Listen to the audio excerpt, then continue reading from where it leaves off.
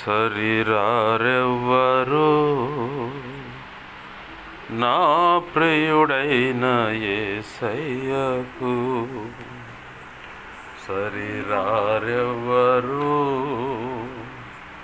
నా ప్రియుడైన యేసయ్యకు సర్వము నెరిగిన సర్వేశ్వరునికి సరిహద్దులు లేని పరిశుద్ధునికి సర్వము నెరిగిన సర్వేశ్వరునికి సరిహద్దులు లేని పరిశుద్ధునికి శరీరారెవ్వరు నా ప్రియుడైన యేసయ్యకు. మంచిది, చిన్న మాట వాక్యం చదువుకుందాం అండి. అపోస్తుల కార్యములు 2వ అధ్యాయము 40వ వచనాన్ని చదువుదాం. అపోస్తుల కార్యములు 2వ అధ్యాయము 40వ వచనం. ఇంకనూ అనేక విధములైన మాటలతో సాక్ష్యమిచ్చి మీరు మూర్ఖులకు ఈ తరం వారికి వేరే రక్షణ పొందుడని వారిని హెచ్చరించెను. చిన్న మాట ప్రార్థన చేసుకుందాం. ప్రేమగల మా కన్న తండ్రి యేసయ్యా, నీకు వందనాలు, కృతజ్ఞతాస్తుతులు మా ప్రభువా. మీరు ఇచ్చిన లేఖనాన్ని బట్టి నీ కృతజ్ఞతాస్తుతులు. ఈ లేఖనాన్ని విరవండి, ఈ లేఖనము చాటున మీరు దాచి ఉంచిన లోతైన నూతనమైన అతి శ్రేష్టమైన నీ మాటలను బయటకు తెచ్చి, నీ మనసులో ఉన్న ఉద్దేశాలు బయటకు తెచ్చి, నీ పక్షం వహించిన మీ దాసు నోట ఉంచి, మీ దాసుని ముఖాంతరం నుంచి మీరు కనపడుతూ, నీ దాసు నోటిని మీ నోటి బోరగా చేసి, నీ అనాది సంకల్పంలో మీ దాసుడి విషయమై నువ్వు నిర్ణయించిన ధారాళమైన ఆత్మ నడిపింపు, లేఖన ప్రత్యక్షత, ఆత్మ ప్రత్యక్షత, వాక్శక్తినిచ్చి నీవే నాతో మాతో అందరితో సూటిగా తేటగా స్పష్టంగా మాట్లాడమని బతిమలాడుతున్నావు. ఉపదేశాన్ని అడ్డగించాలని చూస్తున్న దుష్టుడు, వాడి దూతలు, చీకటి అంధకార శక్తులు, మాంత్రిక క్షుద్ర ఏ ప్రయోగాలకు సంబంధించిన ఏ దేవా ఏ ఉన్నా సరే వాటి ప్రభావం యేసు నామములో నీవు నాకు ఇచ్చిన అధికారం చొప్పున మేమంతా కలిసి బంధిస్తున్నాం. అవి ఇప్పుడే వాటి ప్రభావం లయమైపోను గాక. నా చుట్టూరు మా చుట్టూరు ఈ ప్రార్థనలోకి పిలుస్తున్న వారి చుట్టూ నీవే సిలువ రక్తపు కంచె, రక్షణ కంచె, అగ్ని కంచెను వేసి నీ చేతి నీడలో దాచిపెట్టమని, నీ మహిమేగాని మాపై ఆవరింపచేసి మీరు మా మధ్యలో ఉండమని, మేమున్న ఈ స్థలాన్ని సినాయి పర్వతంగా చేసి స్తుతి సింహాసనాసనుడు నీ సన్నిధి ప్రభావం తేజం మహిమ చేత ఈ స్థలం ప్రాంతాన్ని నింపండి. నీలోంచి ప్రభావం నలుదిక్కులు ప్రభులీలలో వచ్చాయి. అయ్యా, నీ పక్షం వహించిన నేను బలహీన నీ మీద ఆనుకున్నాను, నీ కృప మీద ఆధారపడ్డాను. నా సమస్త అవిధేయతలు, అతిక్రమ దోషాలు, ఆజ్ఞాతిక్రమలు పునఃక్షమించు. సిలువ రక్తంతో నన్ను కడిగిపోయి పరిశుద్ధ ఆత్మ అగ్నిలోని పుటమి శుద్ధ సువర్ణంగా మార్చి పర్లవ శుద్ధ సువర్ణ ఛాయలు నాపై ఇంకనూ గొప్పగా వచ్చు.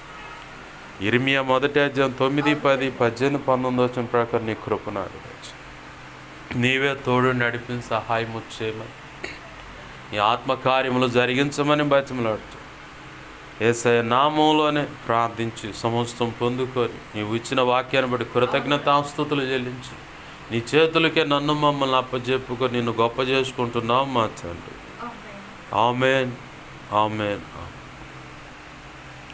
మంచిది. ప్రభునందు సమకూడిన నా ఈ మాటలు వింటున్న ప్రతి ఒక్కరికి ప్రభు అయిన యేసుక్రీస్తు వారి పేరిట నా హృదయపూర్వకమైన వందనాలు. అందరికీ వందనాలు. చదువుకున్న లేఖన భాగంలో ఆ సందర్భం ఏంటి, మాటలు ఏంటంటే, యేసు ప్రభు వారు ఈ భూమి మీద ఉన్నంతకాలము తన కొరకు అంటాం కంటే దేవుని కొరకు ఏర్పాటులో ఉన్నటువంటి వ్యక్తులు మిగిలిన శేషము అంటే 11 మంది అక్కడ ఉన్నారు. వాస్తవానికి 12 మంది అపోస్తులు. వారిలో ఒకడు డబ్బు సంచి మీద మోజుబడి అపవాదికి తన దేహంలో లేదా హృదయంలో అవకాశం, బ్రతుకులో అవకాశం ఇచ్చి అలా నీతిమంతుడైన ఒకరిని నేను అప్పజెప్పానని రక్తాపరాధము చేత తనలో తాను బాధింపబడి బయటికి వెడలిపోయి ఉరిపోసుకొని చచ్చాడని రాసి ఉంది. చచ్చినోడేం సామాన్యంగా చావలేదు. ఆ కొమ్మ ఎరగటం, కింద పడటం, పొట్ట అంటే వెన్నుపూస విరిగిపోయి పొట్ట పగిలి పేగులు బయటకు వచ్చి అలా చచ్చాడని రాసి ఉంది. మిగతా 11 మంది విషయంలో ఆయన పునరుద్ధానుడై తిరిగి తండ్రి దగ్గరికి వెళ్ళి మళ్ళీ తిరిగి భూమి మీదకి వచ్చి కొన్ని దినాలు అనేక విషయాలు వాళ్ళకు బోధించాడు. దృష్టాంతాలుగా అంటే కొన్ని సాక్ష్యాలుగా ఎవిడెన్స్ చూపిస్తూ అనేక విషయాలు బోధించాడు. బోధించిన తర్వాత ప్రభు తిరిగి తండ్రి కుడి పార్శ్వం మంది ఆసీనుడు ఒకటికి వెళ్ళిపోతూ ఉంటే అవరోహణం అను ఆయన తిరిగి వెళ్తూ ఉన్నాడు. వెళ్తూ ఉన్నప్పుడు అట్నే చూస్తూ ఉంటే దేవదూత మాట్లాడుతూ ఉంది. మనకు సమాచారం ఇచ్చేవాళ్ళు గబ్రియల్ అనే దేవదూత, మంచైనా చెడైనా వాళ్ళే వచ్చేస్తారు. తర్వాత మన పక్షంగా పోరాటం చేయడానికి మిఖాయిల్ అనే దేవదూత మొదటిగా పంపించబడతాడు. ఇక ఆయన వల్ల కూడా కాకుండా అపవాదే లైన్లోకి వస్తే, లేదంటే ఇక దేవుడే చొరవ చేసుకొని లైన్లోకి వచ్చి నిలబడి వాటితో లేదా ఆ శక్తులతో అయినా ఆ వ్యక్తులతో అయినా పోరాడాలనుకుంటే ఇక ఆయన వస్తాడు యెహోవా సేనాధిపతిగా. యెహోషువ గ్రంథంలో కనపడుతుంది. ఎరికో పట్టణాన్ని ఎదుర్కోబోయే ముందుగా యెహోషువ దగ్గరికి వస్తాడు. యెహోవా సేనాధిపతిగా వచ్చాను నేను అంటాడు. నువ్వు నిలబడ్డ స్థలం పరిశుద్ధమైంది కాబట్టి కాళ్ళకున్న చెప్పులు విడిచిపెట్టాడు. మనము బాగా గమనించాలి. కాళ్ళకున్న చెప్పులు అంటే మన క్రియలకు సాదృశ్యంగా ఉంటాయి. ఎక్కడెక్కడ దుమ్ము అయ్యి అని చెప్పని అది విడిచిపెట్టడం అంటే శుభ్రంగా పెద్దలు పాతకాలం నుంచి ఇప్పటి వరకు ఉన్న పద్ధతులు ఏంటంటే ఇంటికి ఎవరైనా వస్తే పిల్లలైన బయట ఆట తిరిగి వస్తే కాళ్ళు కడుక్కొని ఇంట్లోకి రా. ఎందుకంటే ఒకటి కాళ్ళ పీడ ఉంటుందని చెప్పని, ఇంకోటి ఏంటంటే ఎక్కడెక్కడో తిరిగి వచ్చిన దాన్ని బట్టి ఆ క్రిములు వాళ్ళ ద్వారా పసిపిల్లలకు కూడా అటాక్ అయ్యే అవకాశం ఉంటుందని ముందుగానే కాళ్ళు కడుక్కోమంటారు. ఇక ఆడపిల్లలకైతే పసుపు రాసుకుంటారు, అది మంచిదే. క్రైస్తవులు కూడా రాసుకోవచ్చు, తప్పేం లేదు, రాసుకోవచ్చు. ఎందుకంటే అది యాంటీబయాటిక్. వీళ్ళేమో విగ్రహారాధన వైపు పెట్టారు దాన్ని. వాస్తవానికి అది మన పాదాలకు కింద కాళ్ళకు అక్కడక్కడ చిట్లినట్టుగా ఉంటాయి, క్రాకులు వచ్చి ఉంటాయి. ఈ పసుపు వల్ల ఏంటంటే ఆ క్రాకుల్లోకి వెళ్ళి కూడా ఏమన్నా క్రిములు ఉంటే చంపేస్తుంది. యాంటీబయాటిక్ అనమాట పసుపు. దాన్ని కొన్ని సంఘాలేమో రాయకూడదు అంటారు, కొంతమంది రాసుకోవచ్చు అంటారు. దానివల్ల రక్షణ ఉంటుందా పోద్దన్నది దానికి సంబంధం లేనిది. అది రక్షణకి పసుపుకు సంబంధం లేని వ్యవహారం. రక్షణ దేనికంటే మన నిర్లక్ష్యతను బట్టి పోగొట్టుకునే వ్యవహారం ఇదంతా రక్షణ అనేది. మనం బొట్టు పెడితే రక్షణ పోద్దు, కట్టు బొట్టు నగలు వెలగల వస్త్రాలు లేదంటే కాళ్ళకు ఆ పసుపు అని ఇట్లా ఈ సెక్షన్లో బట్టి రక్షణ పోదు. అవి ఏంటంటే క్యాజువల్గా మనం ఉన్న భారతదేశంలో ఉన్న చుట్టూ ఉన్న వారికి అభ్యంతరం లేకుండా దాని విషయంలో ప్రభు లేఖనం ఏమంటే తగుమాత్రం అతి చేయమాక తగుమాత్రం అలంకరణ చేసుకో అని చెప్పారు. అది ఆ అలంకరణ కూడా ఎక్కువ మొత్తంలో నీ భర్తకి ఇంపుగా ఉండాలే కానీ అనేకులను ఆకర్షించడానికి ఉండకూడదు అంటుంది లేఖనం. అతి చేయమాక దైవభక్తి గల వానికి వల్లే అలంకరణ, స్త్రీ అయినా పురుషుడైనా సరే. అయితే ఇక్కడ మనం చదువుకున్న లేఖన భాగంలో ఆ 11 మంది అపోస్తులు అలా తేరి చూస్తూ ఉన్నారు దేవుని వైపు. ఆయన యేసయ్య వెళ్ళిపోతూ ఉంటాయి, దేవదూత మాట్లాడుతూ ఉన్నాడు. ఎందుకు చూస్తున్నారు ఆయనకి వెళ్ళి? ఎట్ట వెళ్ళిపోయాడు అట్టనే వచ్చాడు మళ్ళీ ఆ ఒలీవ కొండ మీదకి. అయితే మీరు ఆయన చెప్పినట్టుగా ఆ పట్టణంలో కనిపెట్టండి అనగానే ఇక అంతకుముందు ప్రభు రొట్టె విరిచిన ఆ మేడగది అనుభవం ఉంది కదా, ఆ అనుభవాన్నే గుర్తు చేసుకొని ఎక్కడన్నా మనకు ఒక మేడగది కనపడితే బాగుండు విశాలంగా కూర్చోవడానికంటే ఒక ఇల్లు కనపడదు. అది ఇప్పటికే ఉంది ఐ విట్నెస్గా. 120 మంది ఒకేసారి కూర్చున్నారు. ఆ కూర్చొని ఆ 10 దినాలు ఉపవసించి ప్రార్థన చేసి ఒకరి మధ్యలో ఒకరికి పొసగని వ్యవహారాలన్నీ తీసి పక్కనేసుకున్నారు.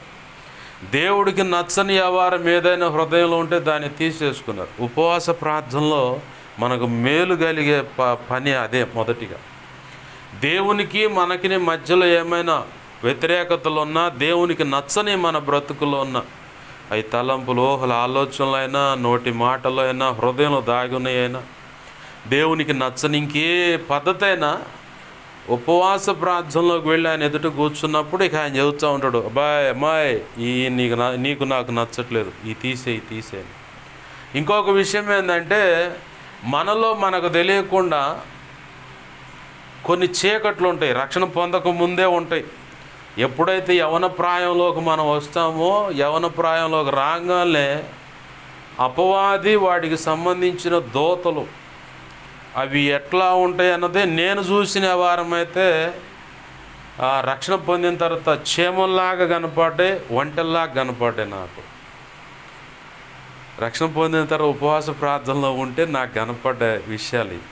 వెళ్తూనే వచ్చని అంత తేలిక బాటలయ్యి నేను చూస్తూ ఉన్నాను.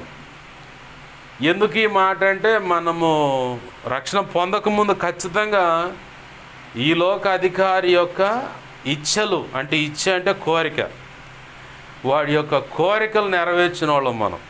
స్వతహాగా మనలో ఉన్న ఆ స్వభావం కాదు, శరీరాశలు నెరవేర్చుకోవాలని కానీ, ఇంకొకడు దోచుకోవాలని కానీ, దొంగతనం చేయటం కానీ, ఒకరిని శపించటం కానీ, కడుపులో అంటే హృదయంలో పగబెట్టుకోవటం కానీ, వాడు పోతే బాగుండని అనుకోవటం కానీ, ఇవన్నీ మనకున్న లక్షణాలు కాదు, సైతాను గాడికి సంబంధించి లక్షణాలు.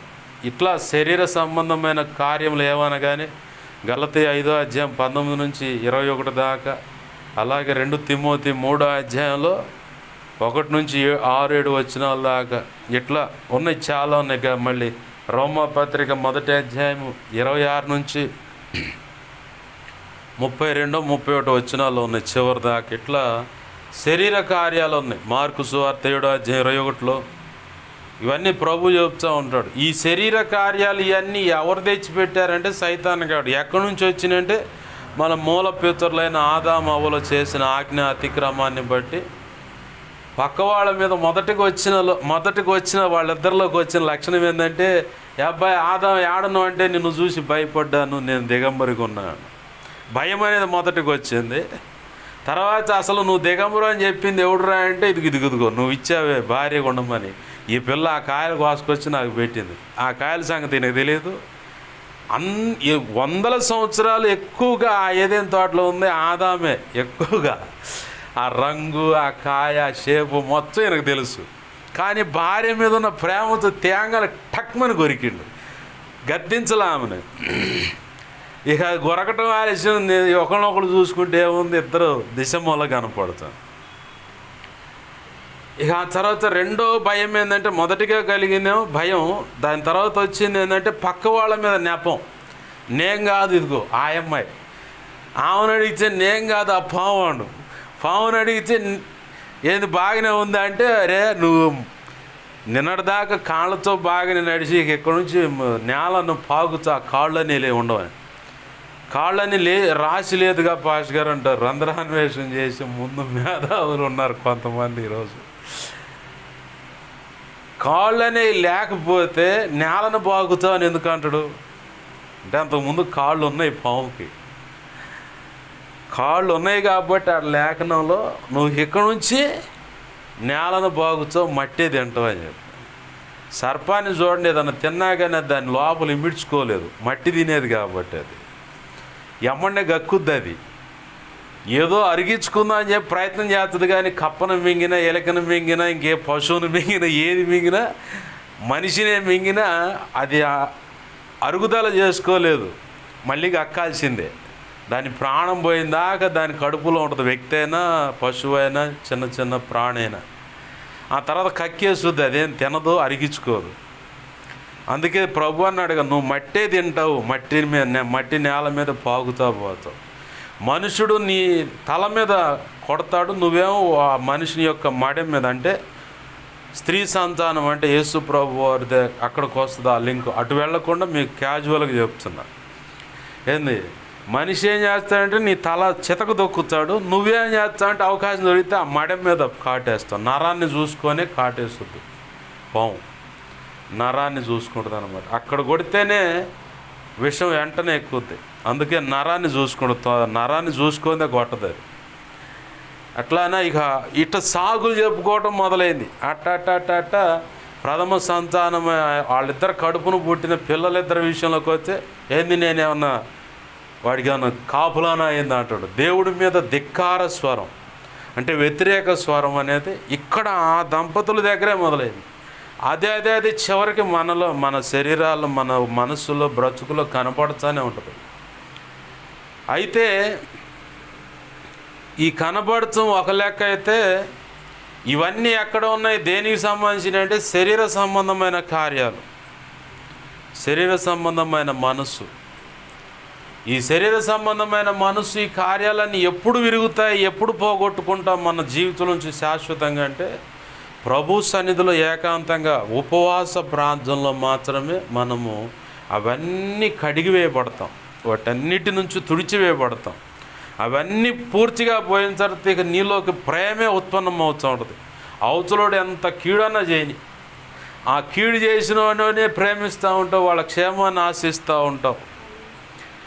ఈ 10 మంది 10 రోజులు ఈ 120 మంది పైచులకు వీళ్ళంతా ప్రార్థించగా ఇలాంటి అసమాన పరిస్థితులు అంటే అసమాధానం, దేవునికి నచ్చినటువంటి పరిస్థితులు అన్నమాట, హెచ్చు తగ్గులు అన్నమాట. ఈ హెచ్చు తగ్గులు, ఈ సమాధానం లేని పరిస్థితులన్నీ సరిచేయబడ్డాయి. అప్పుడు ఒక్కసారిగా పరిశుద్ధాత్మ వాళ్ళ మీదకి బలమైన గాలిగాను అగ్ని నాలుకల వలె విభాగింపబడినట్టుగా వారి కనపడి వారి పెదాలను తాకాయి. పెదాలు ఎందుకు తాగుతాయి అంటే పెదాల వల్ల కూడా మనకు పాపం ఉంది. పెదాలలో నుంచి వచ్చేదే అసలు పాపం. ప్రభు అన్నాడు, శాస్త్రులు, ధర్మశాస్త్రోపదేశకులు, పరిసయ్యులంతా ప్రభును వెంబడించారు. ఎందుకు వెంబడించారంటే లోతైన సంగతులు చెబుతున్నాడు ఇతను, మనకు తెలియని సంగతులు కూడా చెబుతున్నాడు ఇతను, కాబట్టి నేర్చుకుందాం అని చెప్పి కాదు. ఆయన వెంబడించింది దేనికంటే ఏ చిన్న లోపం దొరికినా ఇతను తేడాని ముద్ర వేసి చంపటానికి ఎతికి వెనకాలబడి తిరిగారు. ఈరోజు ఇలాంటి బ్యాచ్ చాలామంది దైవజనులు వెంబడిస్తున్న వాళ్ళు ఉన్నారు. దైవజనులు చేస్తున్న బోధనలు సోషల్ మీడియా ద్వారా వెంబడిస్తున్న వాళ్ళు ఉన్నారు.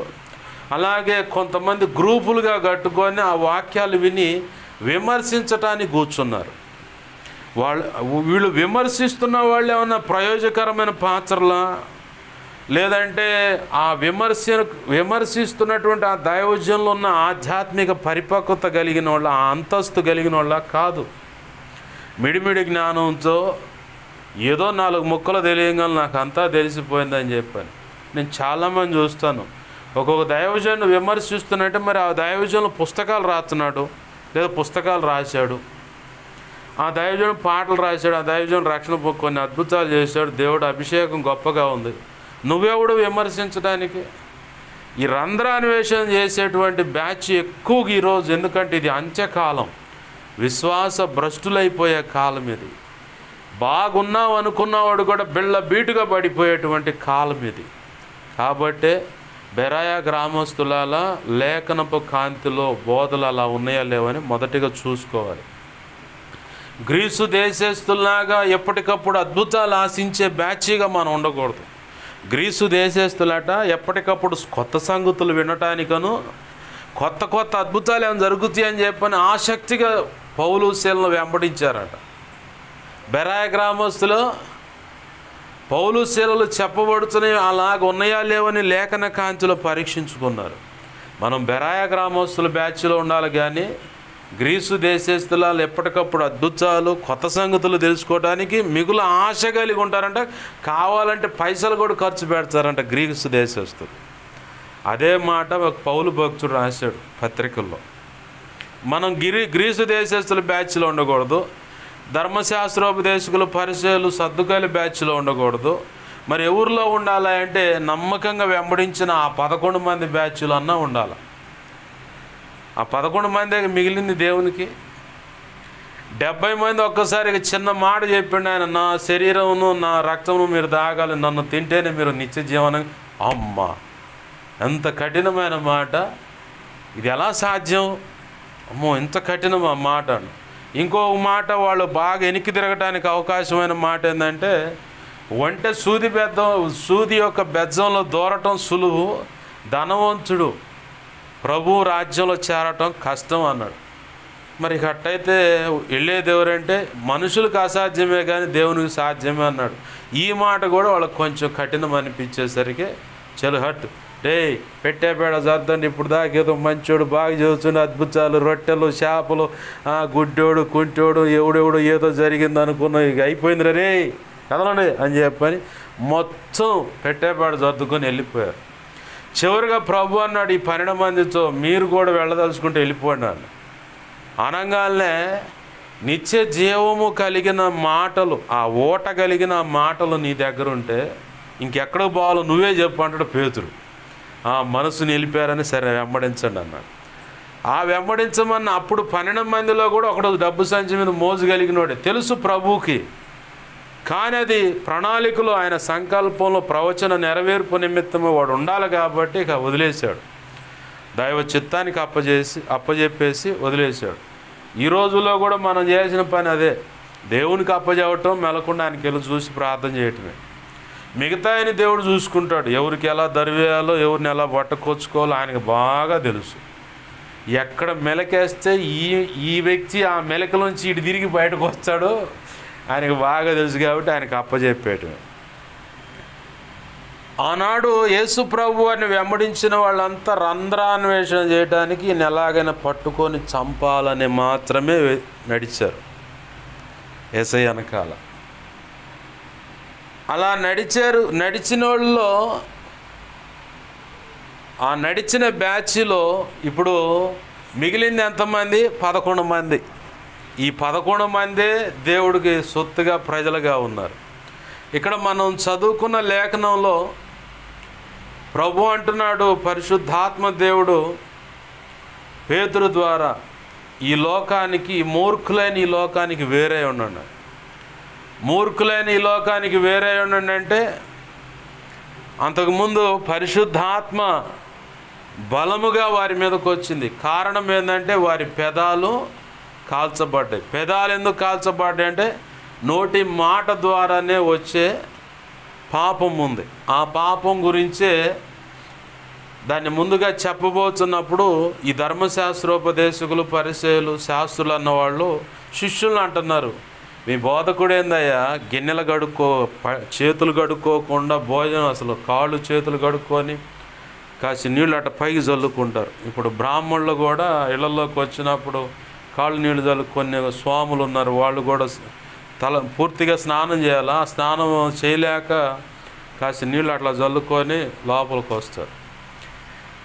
ఆ పద్ధతి బైబిల్లో ఉంది, యూదుల ఆచారంలో ఒక పద్ధతి అది. అయితే వాళ్ళు అడుగుతున్నారు, పాత్ర శుభ్రం చేసుకోకుండా, చేతులు కాళ్ళు కడుక్కోకుండా అన్నం తింటాడు ఏంది ఆయన అందరితో అని చెప్పంటే ప్రభు అంటాడు అక్కడ మార్కు సువార్త 7:21 అట్టుకుంటా, పాత్ర మీరు శుద్ధి చూస్తున్నారు, పాత్రలో పెట్టుకొని తినేదానికంటే లోపల, హృదయం లోపల శుద్ధి ఉండాలి. పాత్రలో పెట్టింది ప్రార్థన వాక్యం ద్వారా పరిశుద్ధపరచబడి తింటాం, బాగానే ఉంది. ఆ తినే దాంట్లో కూడా నిషిద్ధమైన తినకూడదు, ప్రభు చిత్తంలో నిర్ణయించబడింది. విగ్రహార్పితం కూడా తినకూడదు, ప్రభు నిర్ణయించిందే తినాలి మనం. అయితే ఈ తినేదాన్ని బట్టి మనిషి అపవిత్రపరచబడ్డం, అది బహిర్భూమిలో విడవబడుతుంది. కాలకృత్యాలకు వెళ్తాము, బాత్రూమ్ ద్వారా అది వెళ్ళిపోద్ది. అయితే మనిషిని అపవిత్రపరిచేది ఏంటంటే నోటి మాట, బయటకు వచ్చిన మాట మనిషిని అపవిత్రపరుస్తుంది, తీర్పులోకి తెస్తుంది. కాబట్టే ఈ పరిశుద్ధాత్మ దేవుడు బలముగా అగ్నివలె నాలుకలాగా దిగి వచ్చినప్పుడు వారి పెదాలను కాల్చాడు. పెదాలను కాల్చడం అంటే దీనికి ఇంకా జతపక్షి ఇంకో చోట కనపడుతుంది. యెషయా గ్రంథం 6వ అధ్యాయము 6, 7, 8 వచనాల్లో అక్కడ చెప్తాడు, కెరూబు అయిన ఒక వ్యక్తి వచ్చి, కెరూబు ఎగిరి వచ్చి కారుతో, ఇప్పుడు మనం రజకులు ఇస్త్రీ పెట్టేస్తారు, ఇస్త్రీ పెట్టేసే కాడ ఆ కాలుతున్న బొగ్గును అట్ట పట్టుకోవటానికి ఒక ఇనప బద్దె మెల్ట్ చేసి దాన్ని కారు అంటారు. దాన్ని అట్ట పట్టుకొని అట్ట తీసి పక్కన పెడతారు ఆ కాలే బొగ్గుని. లేదంటే కొన్ని పట్టుకోవటం ఎందుకులే మసైదు అని చెప్పని వాటితోనే అట్లా తీసి యువతలు పెడతారు. అలాంటిదే మందసం దగ్గర ఉంటుంది ఆ బొగ్గులను సరిచేయటానికి కారు అని. ఆ కారుతో ఆ అగ్ని మండుచున్న ఆ కణాన్ని, అంటే కెరూబు వాస్తవానికి పరిశుద్ధుడే. కెరూబులు శరాపులను, దూతలు మహాదూతలను, ఇవన్నీ పరిశుద్ధత కలిగినటువంటి జాబితాకు సంబంధించిన దూతలే. కానీ ఈ భూమి మీద దేవుడు ఏర్పాటు చేసిన మందసం దగ్గర ఉన్న ఆ అగ్ని వాటికంటే మహాపరిశుద్ధమైనది. దేవునికి మహిమ కలుగునుగా. వాటికంటే మహాపరిశుద్ధమైనది కాబట్టి ఆ దేవదూతలు కూడా పట్టుకోవటానికి అర్హత లేదు కాబట్టి ఆ కారుతో ఆ అగ్నిని అట్ట పట్టుకొని తీసి యెషయా పెదాలకు అట్ట తగిలిచ్చిందట. అక్కడ రాసి ఉంటుంది ఆ మాట, ఇదిగో ఈ అగ్ని నీ పెదాలకు తగిలించి ఉంది కాబట్టి నీ పాపాలు ప్రాయశ్చిత్తమై నీ దోషాలకు నివృత్తి జరిగింది అనగానే అప్పుడు దేవుని స్వరం ఇంకా స్పష్టంగా వింటా ఉన్నాడు. అంతకుముందు ఆయన ఏమన్నాడు 6వ అధ్యాయం 1వ వచనంలో, అయ్యో నశించి తిని జీవము గల దేవుని సింహాసనాసీనుడై ఉండగా నేను చూశాను, పరిశుద్ధుడు పరిశుద్ధుడు పరిశుద్ధుడు పరిశుద్ధుడని కెరూబులు ప్రతిగానాలు చేస్తుంటే నేను విన్నాను. అయ్యో నశించి అపవిత్రమైన పెదవులు గలవాడిని, అపవిత్రమైన ప్రజల మధ్య బ్రతికిన వాడిని, అయ్యో నేను అపవిత్రుడిని. ఈ 6వ అధ్యాయానికి అవతల బాగా అంటే 1 నుంచి 6వ అధ్యాయం 5వ అధ్యాయం దాకా అన్ని ప్రవచనాలు చెప్పిండు ఆయన. వాడు అట్టబోతుడు, ఇది ఇట్ట తేడా, వాడు అది ఇది అని చెప్పారు. చూడండి, అది చదవండి, అర్థమైంది. 6వ అధ్యాయం 1వ వచనం కాడ రాగానే అయ్యో నేను అపవిత్రమైన పెదవులు గలవాడిని అన్నాడు ఆయన. అపవిత్రమైన పెదవులు గల మనుషుల మధ్యలో నేను బ్రతికిన వాడినయ్యా, నశించి తిని యెహోవా దేవుని యొక్క దర్శనం నాకు కలిగింది అంటాడు. అప్పుడు కెరూబు ఎగిరి వచ్చి ఆ అగ్నిని కారుతో తీసి తన పెదాలకు తగిలించగానే అక్కడ మాట ఉంటుంది. చూడండి 7వ వచనంలో చూడండి ఆ మాట. యెషయా గ్రంథము 6వ అధ్యాయము 7వ వచనం. ఇది నీ పెదవులకు తగిలిన గనక నీ పాపమునకు ప్రాయశ్చిత్తమాయను, నీ దోషము తొలగిపోయినను. ఆమేన్, హల్లెలూయా. 6వ వచనం చూస్తే, అప్పుడు ఆ శరాపులలో నొకడు తాను బలిపీఠం మీద నుండి కారుతో తీసిన నిప్పును చేత పట్టుకొని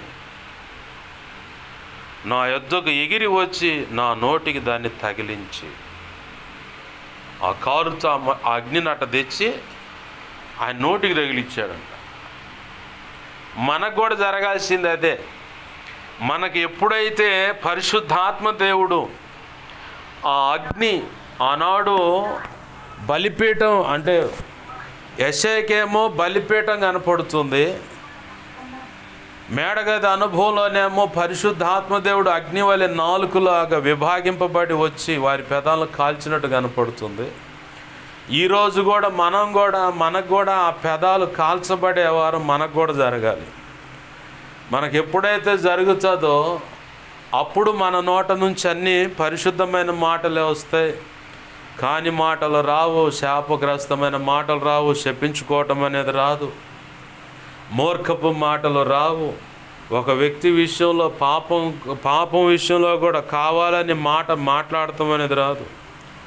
పూర్తిగా దేవుని కృపను బట్టి పాపాలు దోషాలకు ప్రాయశ్చిత్తము కలుగుతుంది కాబట్టి, దోషాలన్నీ నివృత్తి అవుతాయి కాబట్టి, ఇక అప్పుడంతా మన తలంపులు, ఊహలు, ఆలోచనలు అంతా ఎలా ఉంటాయంటే దేవుని యొక్క సంకల్పానికి అనుగుణంగానే ఉంటాయి. దేవుని యొక్క సంకల్పానికి అనుగుణంగానే ఉంటాయి కాబట్టి ఇక మనం తలంచే ప్రతి తలంపైనా, ఊహల ఆలోచనలైనా, హృదయంలో మనసులో పుట్టే అభిప్రాయాలైనా, తీసుకునే నిర్ణయాలైనా, నడిచే విధమైన ప్రవర్తన అయినా, బ్రతుకైనా, మన నడవడిక అయినా లేదా వస్త్రధారణ అయినా, ఒక వ్యక్తితో నడుచుకునే విధమైన అన్నీ పరిశుద్ధంగానే కనపడతాయి. అన్నీ పరిశుద్ధత కలిగే ఉంటాయి. దేవునికి మహిమ కలుగును గాక, హల్లెలూయా. అన్నీ పరిశుద్ధత కలిగి ఉంటాయి. కాబట్టే ఈరోజు కూడా మనం ఈ వాక్యం వింటున్న మనం కూడా దేవుని పాద సన్నిధిలో ఉపవాసం ఉండి కొన్ని దినాలు కనిపెట్టినప్పుడు దేవుని సన్నిధిలో మనకు అనుకూలంగా ఉన్న పరిస్థితులను బట్టి ఉపవసించి దేవుని పాదాలు పట్టుకొని ప్రార్థనలో పెనుగులాడుతున్నప్పుడు ఖచ్చితంగా ఆయన నిర్ణయ కాలంలో మన పెదాలకు ఆ పరిశుద్ధాత్మ అనే అగ్ని వచ్చి తగులుతుంది. అప్పుడు మనము మన పాపాలకు ప్రాయశ్చిత్తం కలుగుతుంది. అలాగే మన దోషాలు కూడా నివృత్తి అవుతాయి, కొట్టివేయబడతాయి. అప్పుడు మనం పరిశుద్ధపరచబడుతాం. దేవుని కృపను బట్టి దేవుడు అనుకున్న రీతిగా మనం అడుగులు వేయగలుగుతాం. అలా దేవుడే తన కృపను బట్టి ఆ 120 మంది పైచిలుకు వ్యక్తులు ఆ మేడగదిలో 10 రోజులు ఉపవసించి ప్రార్థన చేసిన దాన్ని బట్టి వారిని వారు సరిచేసుకున్న తర్వాత పరిశుద్ధాత్మ అనేది అగ్ని వలె నాలుకల్లాగా విభాగింపబడి వచ్చి వారి పెదాలకు తాకింది. తాకటం వల్ల జరిగినటువంటి మంచి ఏంటంటే పాపాలకు ప్రాయశ్చిత్తం జరిగింది, దోషాలన్నీ కొట్టివేయబడ్డాయి. అంటే ఇప్పుడు వాళ్ళు పరిశుద్ధపరచబడ్డారు. పరిశుద్ధపరచబడిన తర్వాతనే బలమైన వారి మీద అభిషేకం ఉండటం, అన్య భాషలు మాట్లాడటం అనేది మొదలైంది. అది మునుపు మనకు రావై. ఒక్కోళ్ళకేమో దేవుడు అనుమతిస్తాడు, ఒక్కోళ్ళకి అనుమతి ఇవ్వడు. ఒకళ్ళేమో వైబ్రేట్ అవుతారు, ఒకళ్ళేమో వైబ్రేట్ అవ్వరు, ప్రశాంతంగా ఉంటారు. ఒకళ్ళేమో ప్రశాంతంగా ఉండటమే కాదు, కొంతమంది వారి మాటలో ప్రవర్తనలో ప్రేమ అనేది కనపడుతూ ఉంటుంది. అలాగనే పరిశుద్ధాత్మ ఏ వ్యక్తి మీదకు వస్తుందో, ఏ వ్యక్తిలో ఉంటుందో ఆ వ్యక్తి ధైర్యంగా ఉంటాడు. ఎక్కడ కూడా ఏ మాత్రం కూడా రాజీ పడ్డు, యథార్థతను విడిచిపెట్టడు, నీతిగా బ్రతకటానికి రోషంగా నిలబడతాడు. నువ్వేమన్నా చేసుకో, నేను నడిచేది ఇంతే, నువ్వేమన్నా చేసుకో. దానికి నిలువెత్తు నిదర్శనం షడ్రక్ మేషక్ అబేద్నెగో దానియేలు. బొమ్మ ఒకటి తయారు చేశారే, మొత్తం మొక్కాలన్నారు. కానీ దానియేలు పక్కనే ఉన్నాడు, రాజు పక్కన మంత్రిగా ఉన్నాడు కాబట్టి ప్రధానుల్లో ఒకడుగా ఉన్నాడు. ఆయనే ప్రధానుడు. ఉన్న ప్రధానులందరిలో కూడా ముగ్గురు ముఖ్యమైతే ఆ ముగ్గురులో కూడా ముఖ్యమైన వాడు దానియేలు. ఈయన తర్వాత 2 ఉన్నారు. కానీ షడ్రక్ మేషక్ అబేద్నెగోలు ఆ సమాజంలో ఉన్నారు. ఎవడైతే మొక్కలేదో, వాయిద్యాలన్నీ వినపడ్డ తర్వాత మొక్కలేదో వాడిని ఖచ్చితంగా ఇప్పుడున్న అగ్ని కంటే 7 అగ్ని అధికము చేసి దాంట్లో పడేచ్చు అన్నారు. అయినా సరే వాళ్ళు రాజీ పడల. పరిశుద్ధాత్మ కలిగిన వ్యక్తి, దేవుని చేత నడిపించబడుతున్న వ్యక్తి ఏంటంటే రాజీ పడ్డం, యథార్థతను విడిచిపెట్టడు. చిన్న పైసాలో కూడా యథార్థత కలిగి ఉంటాడు. చిన్న పైసాలో కూడా ఆ యథార్థత ఎలా ఉంటుందంటే, డిజెస్ దినకరన్నయ్య గారు బ్యాంక్ ఎంప్లాయీ కొలీగ్స్తో కలిసి కాఫీ తాగడానికి వెళ్ళాడు. అప్పట్లో కాఫీ అంతా రూపాయి.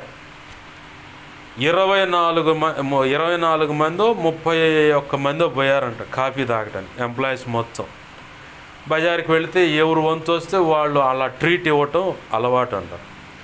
ఈయన వంతు వచ్చింది, ట్రీట్ ఇప్పించాడు, కాఫీ ఇప్పించాడు. 30 కాఫీకే డబ్బులు కట్టి వెళ్ళాడు. ఇంటికి పోయి ప్రభువా నన్ను అభిషేకించు, పరిశుద్ధాత్మ నా మీద బలంగా దిగిరావాలి అంటున్నాడు. అప్పటి వరకు ఆయన మీదకి అభిషేకం రాలా. కానీ కొన్ని సంవత్సరాలు బతిమలాడుతున్నాడు దేవుణ్ణి, బలమైన అభిషేకం ఇవ్వు ప్రభువా, నాకు బలమైన అభిషేకం ఇవ్వు ప్రభువా అని చెప్పని. తన కొలీగ్స్తో ఉంటున్నాడు కానీ తాను వేరేయే బ్రతుకుతున్నాడు. దేవుని బిడ్డగానే బ్రతుకుతున్నాడు, యథార్థంగానే ఉంటున్నాడు. కానీ దేవుణ్ణి అడుగుతున్నాడు, ప్రభువా నన్ను అభిషేకించని. ఈ అభిషేకం ఎందుకు అడిగాడంటే, తను అంతకుముందు ఒక హాస్పిటల్కి వెళ్ళాడు. తనతో పాటు తన దైవజనులు కూడా వెళ్ళి ఒక పేషెంట్ కోసం ప్రార్థన చేస్తూ ఉంటే అందరేమో ప్రభువా నీ చిత్తమైతే ఇతను తీసుకో అంటే ప్రార్థన చేస్తున్నాడు దైవజనుడు. ఈయన వెనకాల మోకాళ్ళు వేసి ప్రభువా తీసుకోవటం కాదయ్యా, ఆ వ్యక్తి బ్రతకాలని ప్రార్థన చేయాలి, బ్రతకాలని ప్రార్థన చేస్తూ ఉంటే ఆ మాట అంటూ కూడా ఇలా మరణ పడకలో ఉన్న వాళ్ళు కూడా లేపగలే సామర్థ్యం కలిగిన ఒక దైవజనుడు మా దేశం నువ్వు లేవనెత్తు ప్రభు అని కూడా ప్రార్థన చేస్తున్నాడు. ఈ ప్రార్థన అంతా అయిపోయింది. ఈయన ప్రార్థన దేవుడు విన్నాడు, దైవజనుల ప్రార్థన పక్కన పెట్టాడు. ఈయన ప్రార్థన విని ఆ వ్యక్తిని లేపాడు. ఆ వ్యక్తి సజీవంగా ఉన్నాడు. ఇక ఆ చెన్నై బీచ్లోకి వెళ్ళి ఆ బీచ్లో పడి పొర్లాడుతున్నంట, ప్రభువా నన్ను అభిషేకించి లేకపోతే తీసుకో.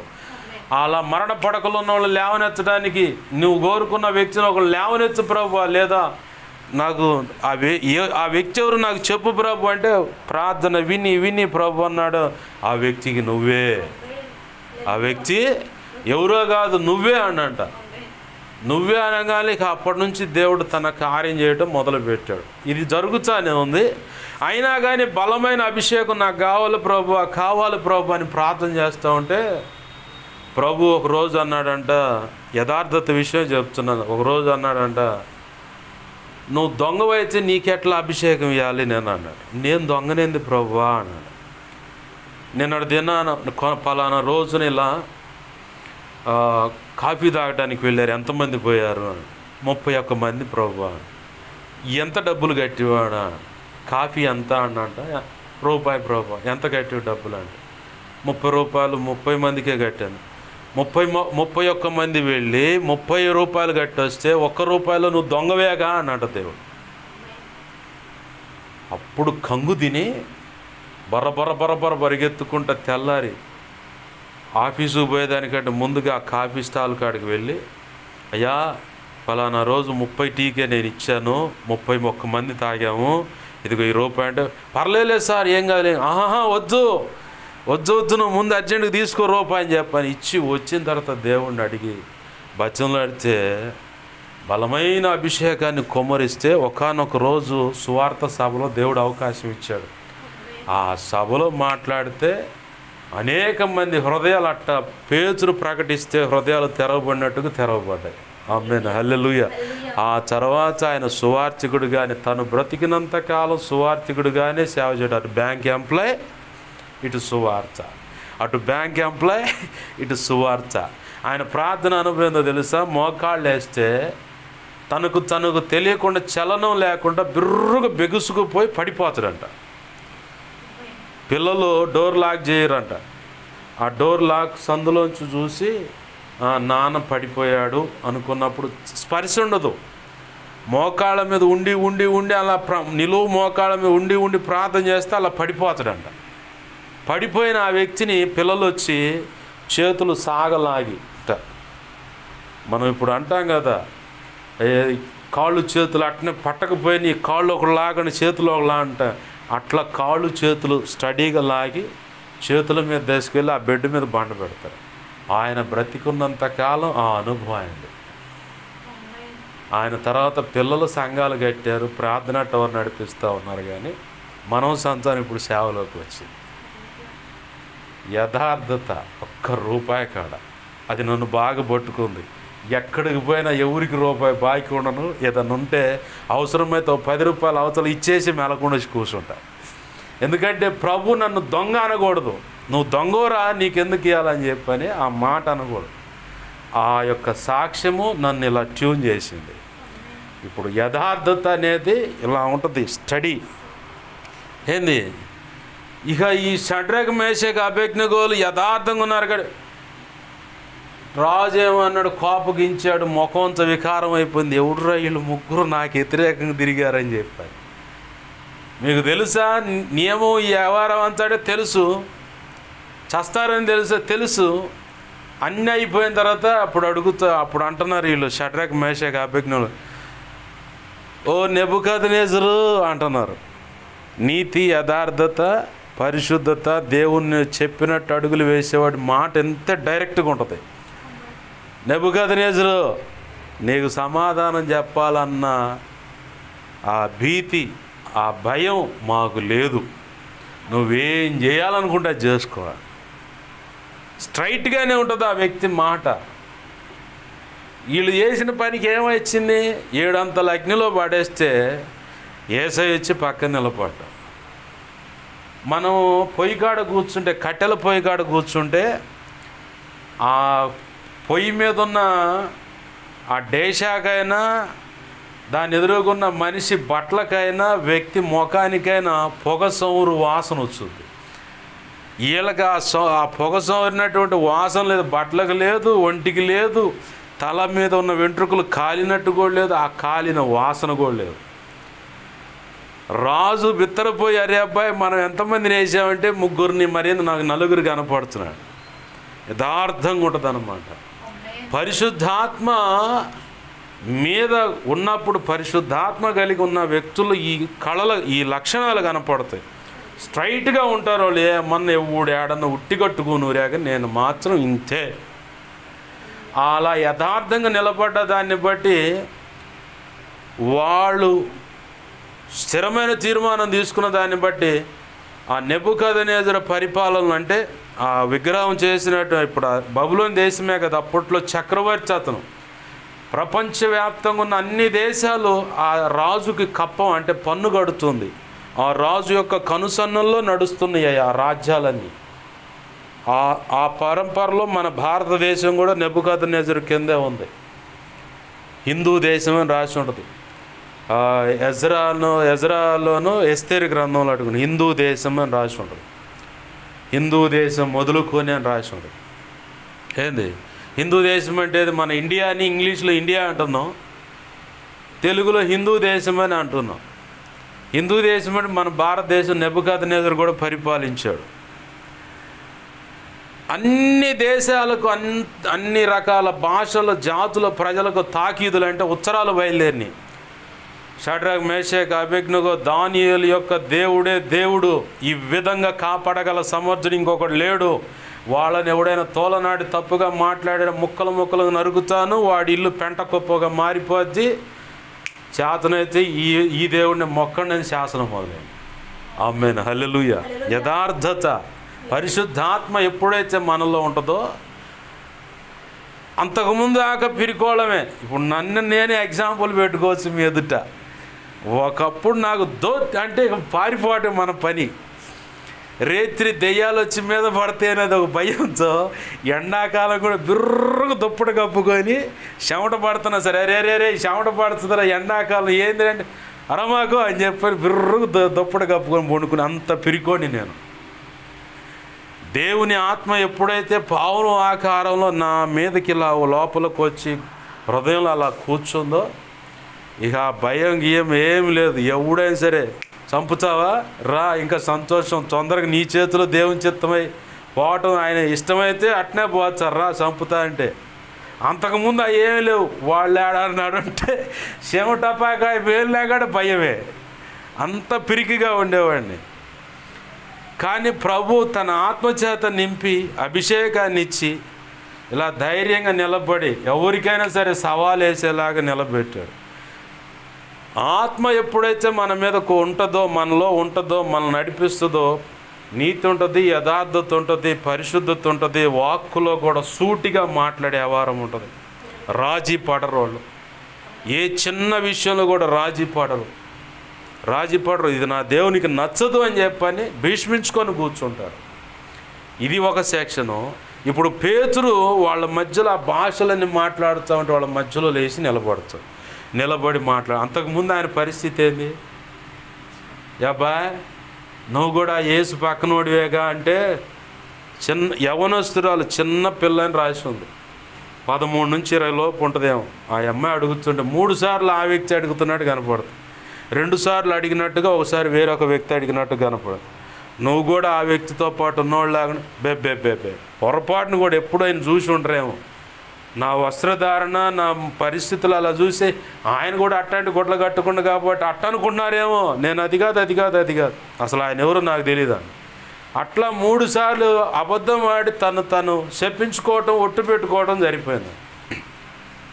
యేసయ్య ఏమీ చేయలే, జాలిగా అట్ట చూసిండు అంతే. ఆ శ్రమలో, నిందల, అవమానాల్లో అవి అనుభవిస్తున్న సంగతి పేతురు దూరం కూడా చూస్తున్నాడంట. అప్పుడు దాకా పక్కన నిలబడి ప్రతిదానికి ముందు అడిగేసిన వ్యక్తి దూరంగా నిలబడి యేసయ్యకి ఏమేమి సంభవిస్తాయని చెప్పని దూరంగా తొంగి చూస్తాడు.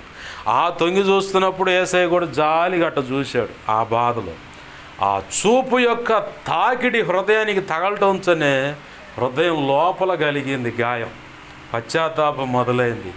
వెలుపటకు వెళ్ళిపోయి బోర్ని ఎడుతుండ, అయ్యో ఎంత పాపిని ప్రభువా, నువ్వు చెప్పినప్పుడు కూడా జాగ్రత్త పడలేదయ్యా, అలాంటిది రానిమాక నా మీదకని చెప్పి అని అనుకోలేదు, అడగలేదు, నా మీద నేను ఓవర్ కాన్ఫిడెన్స్గా ఉన్నాను.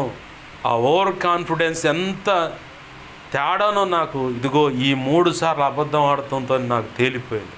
మనం కూడా చాలా విషయాల్లో మన మీద మనకు చాలా కాన్ఫిడెన్స్ ఉంటుంది. ఆ కాన్ఫిడెన్స్ ఎంత పేలగా ఉంటుందంటే, తేలికగా అసలు ఎందుకు పనికిరాదో అది దేవుడు మనకు బట్టబయలు చేస్తాడు. విశ్వాసంలో అయినా, నిరీక్షణలో అయినా, ఓర్పు పట్టుదల విషయంలో అయినా, ఒక వ్యక్తిని ఓర్చుకోవటమైనా, లేదంటే ప్రార్థన విషయంలో అయినా, నేను విజ్ఞాపన చేయగలను, నేను ప్రార్థన చేయగలను, నాకు వాక్యం తెలుసు అన్నా, లేదంటే పరిచయంలో నేను కరెక్ట్ పరిశుద్ధత విషయంలో అందరూ పడిపోతారేంగా, నేను మాత్రం పడిపోను. నాకు తెలిసిన ఒక పాస్టర్ గారు దావీదు అనే పేరే, ఆయన అనుకున్నంట తన మనసులో, ఆయనే చెప్పిండు పబ్లిక్గా, ఆయన అనుకున్నంట ఆ దావీదు కాబట్టి పడిపోయాడు, నేనైతే అసలు పడనని. దేవుడు ఒక కనుము తీయంగానే ఆ బురదలోకి పోకముందు ఈయన తేరుకొని, బుద్ధి గడ్డి తిని ఆ మాటకు అనుకున్నాను ప్రభు, నన్ను క్షమించు, నేను ఇంకా ఇట్లా అనుకోనయ్యా, నేను బలహీనుండే అని ఒప్పుకోగానే ఆ అనుమతి పక్కకు తీసేశాడు దేవుడు. ఆయనే చెప్పిండు ఒక ప్రసంగంలో, ఏంది ఇట్లా పరిశుద్ధత ఆశించి, పరిశుద్ధతలో కూడా నేను నిలబడతానండి, నేను కరెక్ట్ అండి, నేను ఎవరు ఎట్ట గాలం వేసినా సరే ఆహా అని చెప్పు ఉట్టిదేయండి. ఒకడు తాగిపోతే ఎవడొచ్చి నన్ను పిలిచిన పొరపాటు అంటారు. ఒకడు పేకాటకి శాలేమన్న రక్షణ పొందిన రోజే, రక్షణ పొందబోయే ముందు చెప్పిండు, పేకాట తాగుబోతుడు ఇద్దరు గురించి చెప్పిండు. రక్షణ పొందారంట కొత్తగా.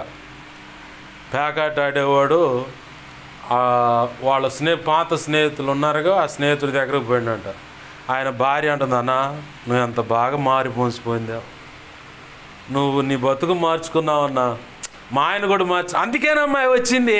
వాడు ఏడంటే ఇంకేడుంటాడు తెలుసుగా, నీకు కూడా స్థావరం తెలుసులే, పోతనా అని చెప్పని పోయినాడు. పోయేటి నిలబడ్డంట, చెట్టు కానుకొని చూస్తా ఉన్నంట. ఆట చూసి 2 సార్లు అడిగింటారు, లేచి రారా పోదాం.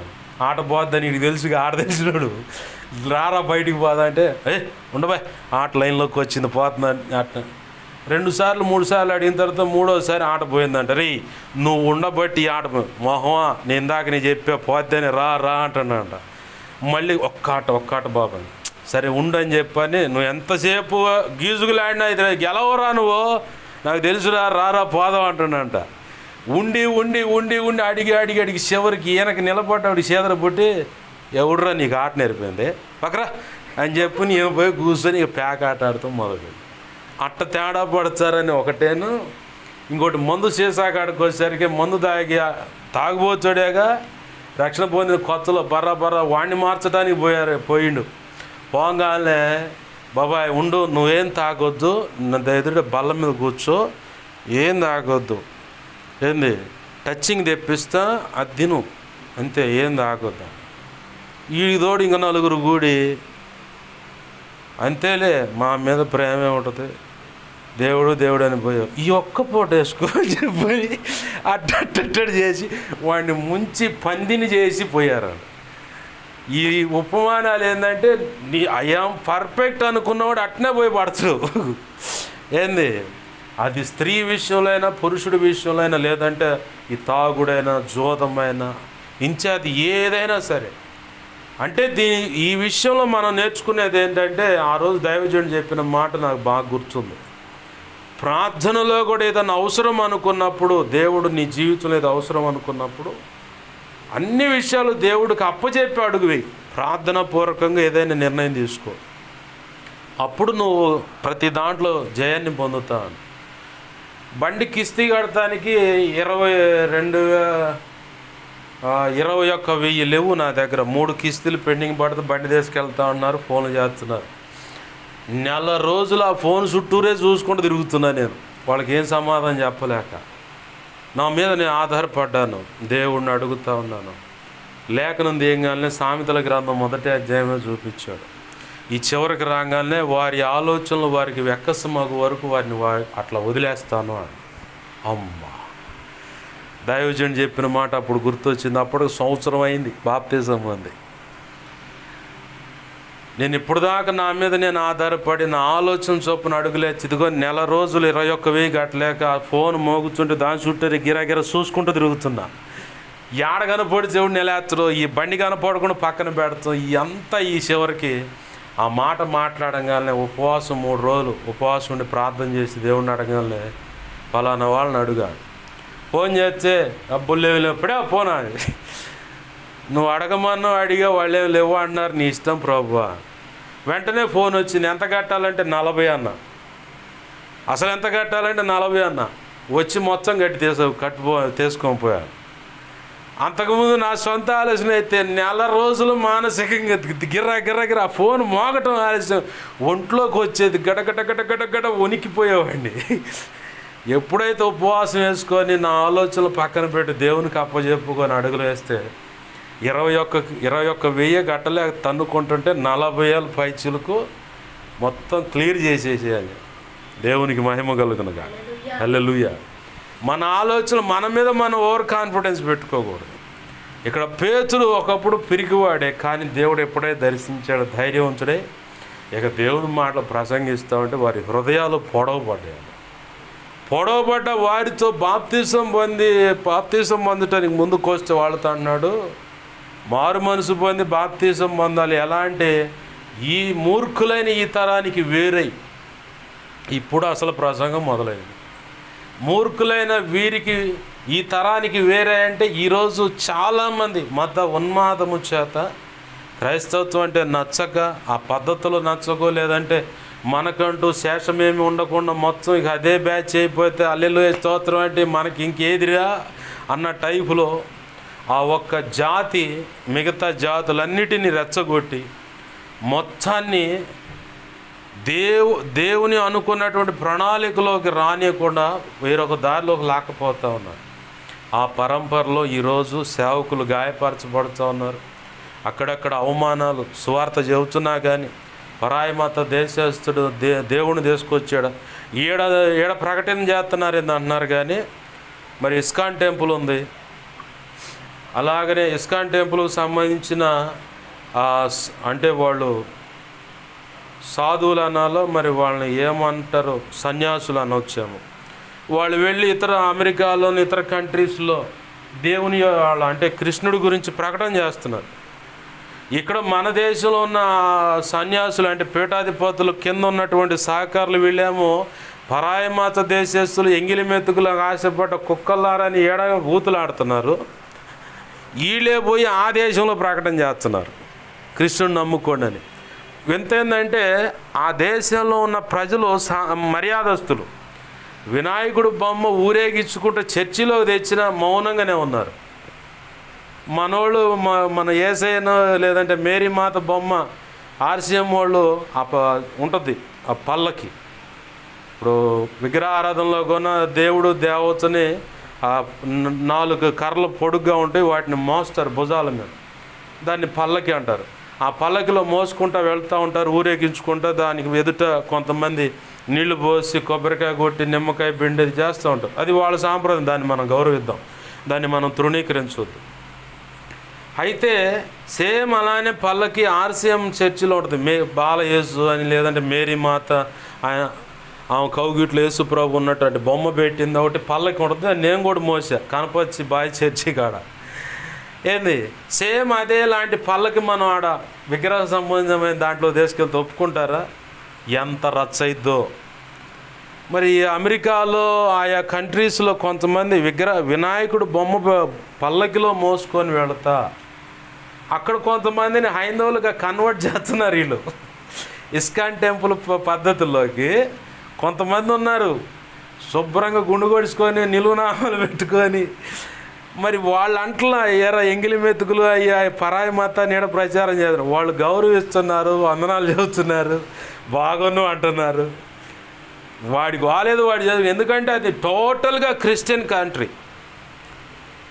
ఇప్పుడు భారతదేశంలో ఉన్న గోల ఏంటంటే ఈ భారతదేశం కూడా టోటల్గా హైందవ సాంప్రదాయానికి సంబంధించిన వాళ్ళే ఉండాలి. ముస్లిమ్స్ క్రిస్టియన్స్ ఉంటే కన్వర్ట్ అవ్వాలి, లేదంటే ఈ దేశం వదిలేసి వెళ్ళిపోవాలి. ఇదే నినాదంతో ప్రస్తుత బీజేపీ ప్రభుత్వం నడుస్తుంది. అది శివశక్తి జనసేన అని క్షమించండి, శివశక్తి, బజరంగ్ దళ్, సంఘ పరివార్, హిందూ విశ్వ పరిషత్ అని వీళ్ళంతా బీజేపీ ప్రభుత్వాన్ని అటు ఎత్తిపట్టి నడిపిస్తూ ఉంది. శివశక్తి నడిపించేది. బజరంగ దళ్ అని, సంఘ పరివార్ అని, విశ్వ హిందూ పరిషత్ అని, ఇంకా కొన్ని ట్రస్టులు వచ్చినాయి, శివసేన, ఇలా రకరకాల. ఇవన్నీ కలిసే ఆ బీజేపీ ప్రభుత్వాన్ని అట్ట నిలబెడుతుంది, లేకపోతే ఎప్పుడో కూలగొడతాయి.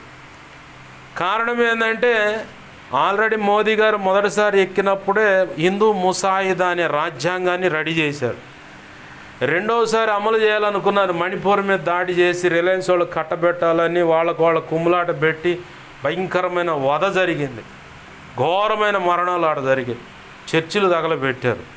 అది వేశారు కానీ వల్లగాల.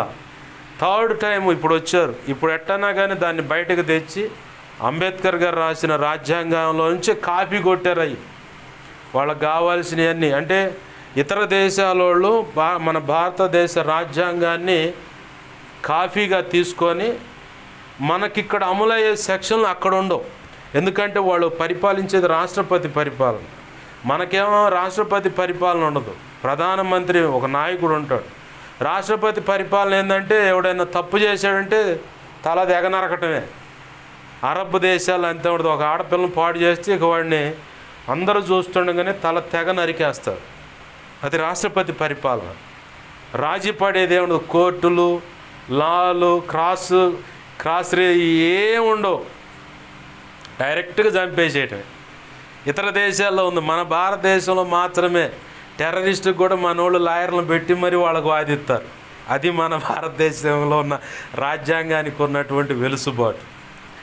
ఇవన్నీ కాదు, వాళ్ళకి ఎట్టయితే ఉన్నాయో రాజ్యాంగం అలానే ఈ అంబేద్కర్ గారు రాసిన రాజ్యాంగాన్ని కాపీ చేసి రిటైర్డ్ అయిన ఐఏఎస్ ఆఫీసర్లు, శివశక్తికి సంబంధించిన పీఠాధిపతులు ఉన్నారు. వాళ్ళు పీఠాధిపతుల్లో కొంతమంది ఉన్నారు శివశక్తికి సంబంధించిన.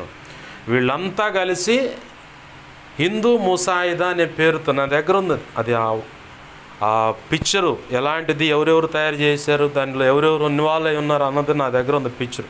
సాక్ష్యం లేకుండా మాట్లాడతలేను, సాక్ష్యం ఉంది. ఇప్పుడు ఈ టర్మ్లో దాన్ని తీసుకురావాలన్నది వీళ్ళ ఆశ. అంటే మూర్ఖంగా ప్రవర్తిస్తున్నారు. కానీ వాళ్ళకు వేరయ్యే ఉండాలా, వారి రక్షణ కోరి కూడా మనం ప్రార్థన చేయాలి. మనం చేయగలిగేది కాదు ఒక్కటే, మనం చెబితే వాళ్ళు ఎండో. ఎందుకంటే మూర్ఖుడికి బెత్తమే గురి అన్నాడు యేసయ్య సామెతల గ్రంథం. మూఢుడికి మూర్ఖంగా క్రైస్తవ విషయంలో వ్యతిరేకంగా వచ్చాడు, నేను వ్యతిరేకంగా ఉంటానన్నాడు ప్రభు. ఎవరైనా మూఢుడికి నేను వికటంగా అంటే వ్యతిరేకంగా ఉంటాను నేనని 18వ కీర్తనలో రాసిన మాటలు ఉంది. అయితే ఇక్కడ మనం చేయాల్సిన పని ఏంటంటే ఈ మూర్ఖమైన ఈ తరం, అంటే ఎవరెవరైతే మూర్ఖంగా ఉన్నారో వారికి వేరే, అలాగనే పూర్తిగా వేరుగాక వాళ్ళతో సమాధానంగా ఉంటున్నట్టే ఉంటూ మన పని మనం చేసుకోవటం, ప్రభు చిత్తమైతే రక్షణలోకి రావటానికి వారి కోసం ప్రార్థన చేయటం, వింటారని మనసు ఉందనుకో దేవుని మాటలు 4 అందించటం, మిగతాయి ప్రభు చూసుకుంటాడని ఆయనకు అప్పచెవటమే. వేరే బ్రతకాల అంటే అన్ని విషయాల్లో మనము జాగరూకులమై, అంటే జాగ్రత్త కలిగి, జాగరూకులమై అంటే జాగ్రత్త కలిగి అని అర్థం. జాగరూకులమై మనం వేరుగా ఉంటూ ఇప్పుడున్న పద్ధతులన్నీ, పరిస్థితులన్నీ దేవుడే మార్చాలని ఆయన పాదాలను పట్టుకొని ప్రార్థనలో ఆయనకు అప్పచెబుతా. ఎందుకంటే ఇలాంటి ప్రభుత్వాలు, ఇలాంటి పరిస్థితులు ఎందుకు దేవుడు అనుమతిస్తాడంటే క్రైస్తవత్వం అంతా చైతన్యం అవటానికి. క్రైస్తవత్వం ఇరుకులోనే విశాలపరచబడుతుంది. ఆనాడు ఆదిమ అపోస్తులుగా ప్రథమ సంఘంగా ఉన్న వాళ్ళంతా ఆ మేడగదిలోనో గుహల్లోనో కూర్చున్నారు, మొత్తం ఒకసాటే కూర్చున్నారు. ప్రభు ఏమన్నాడు అపోస్తుల కార్యం 1:8 వచనంలో, మీరు నా నామం పేరట భూదిగాంతల వరకు వెళ్ళాలా. అలాగే మొదటిగా యెరూషలేము, అలాగే యోదయ, ఆ తర్వాత సమరయ, ఇక భూదిగంతల వరకు. యెరూషలేము అంటే సంఘము, కుటుంబం. యోదయ అంటే నీ బంధువులు లేదా నువ్వు పుట్టి పెరుగుతున్నటువంటి గ్రామం. సమరయ అంటే నీ చుట్టుపక్కల ఉన్న గ్రామాలు, నువ్వంటే తెలియని గ్రామాలు, అన్య స్థలాలు, అన్య గ్రామాలు, అన్య ప్రజల మధ్యలో, అలాగనే భూదిగంతల వరకు వీరు నాకు సాక్షులే ఉంటారు. వీళ్ళు మొత్తం ఆడ కూర్చున్నారు, ఆడపోయి ఒకసారి కూర్చున్నారు. ఎవరు వాడాడు అక్కడ ప్రభు? పౌలు అనేటువంటి ప్రాణప్రదంగా ఎంచుకోండి, ఎప్పుడు దొరుకుద్ది అవకాశం ఈ క్రైస్తత్వం లేకుండా మట్టు పెడదాము, అసలు లేకుండా చేద్దాం. కానీ ఆ సౌలుని దేవుడు వాడుకొని వీళ్ళ మొత్తాన్ని ముందు చెదరగొట్టాడు. చెదరగొట్టంగా తల ఒక దిక్కు బ్రతుకు జీవుడు అంటూ ప్రాణాన్ని గుప్పెట్లో పెట్టుకుని పరిగెత్తారు.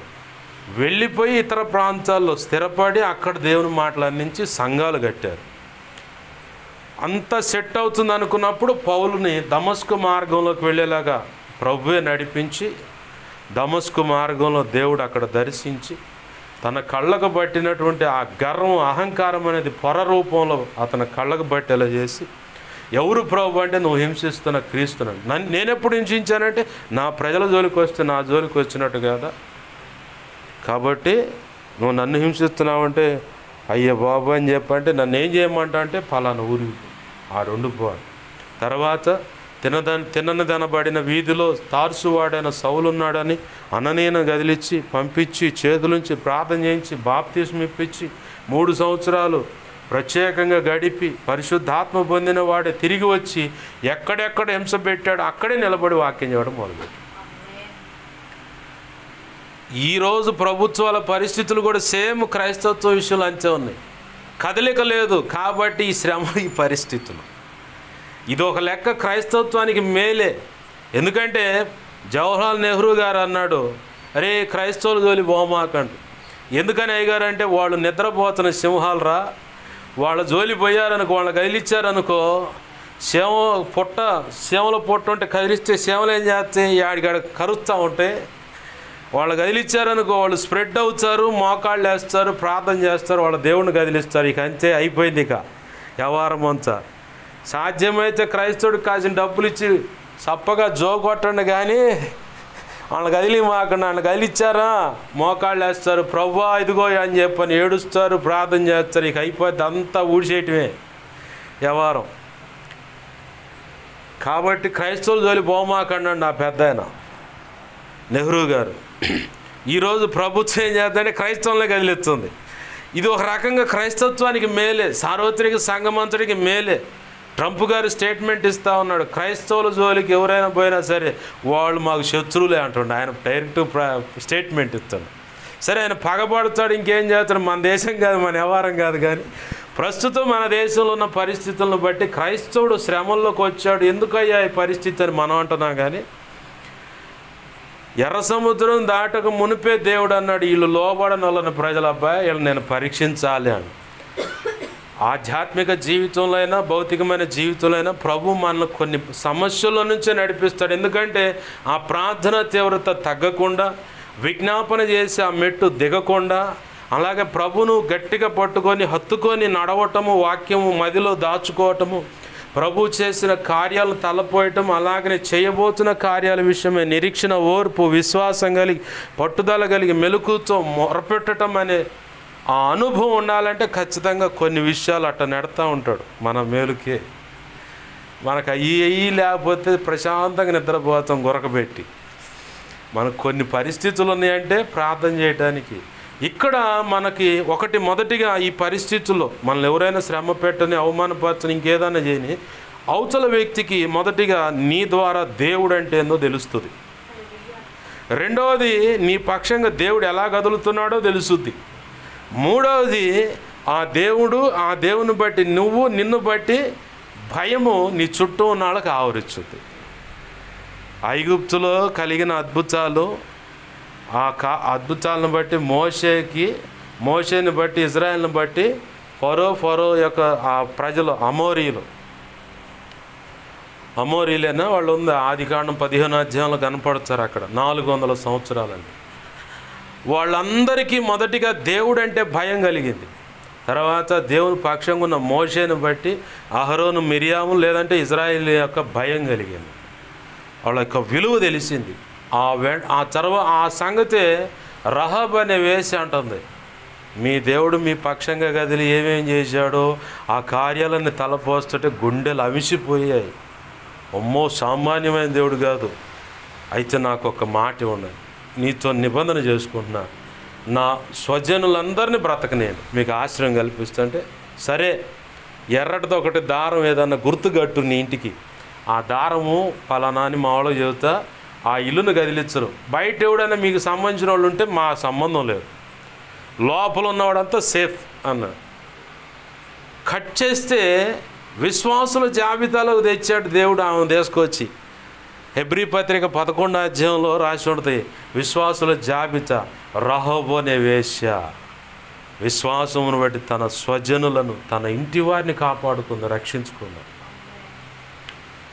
దేవుడు తన భయాన్ని తన దాసుని, అంటే నువ్వు విశ్వాసిగా ఉన్న పరిచారు సంఘ పెద్దగా నీ భయం అనేది పక్కనోడు తెలియాలంటే కొన్ని ఇట్లాంటి ఎదురు మాటలు వచ్చినప్పుడు పెడదెబ్బలు పడతా ఉంటాయి వాళ్ళకి. మా అమ్మకు బాగా తెలుసు, ఏందిరా అన్నప్పుడల్లా చప్పగా మంచంలో కూర్చుంటుంది.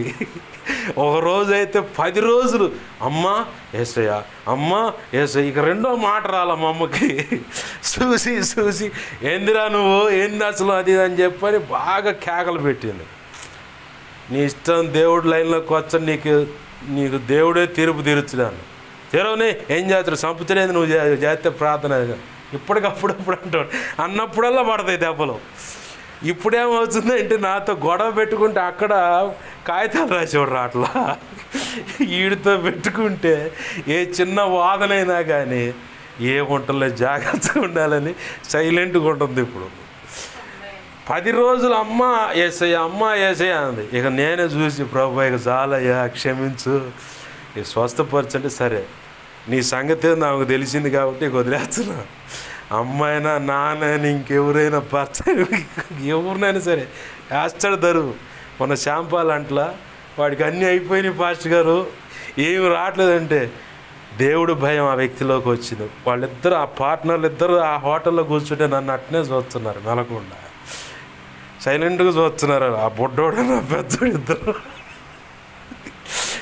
నేను అనుకున్నా వీళ్ళిద్దరికి తెలిసింది దేవుని భయం, దేవుని పిల్లల భయం కూడా తెలిసింది, నోరు జారకూడదన్న భయం నాకు తెలిసింది. లైన్లో ఉన్నారు అనుకున్నాను. వస్తారు ప్రభు చిత్తంలో, త్వరలోనే వాళ్ళు బాప్తిసం పొందుతారు, మన సంఘంలోని సభ్యులు అవుతారు, చేతనైనంత వరకు వాళ్ళు సాయం చేస్తారు. ఖచ్చితంగా వేస్తున్నాం, ఇది జరుగుద్ది. ఆమె ఏంది, కాకపోతే మనం కొంచెం వెయిట్ చేయాలి, ఉపకపట్టాలా, ఓర్చుకోవాలి.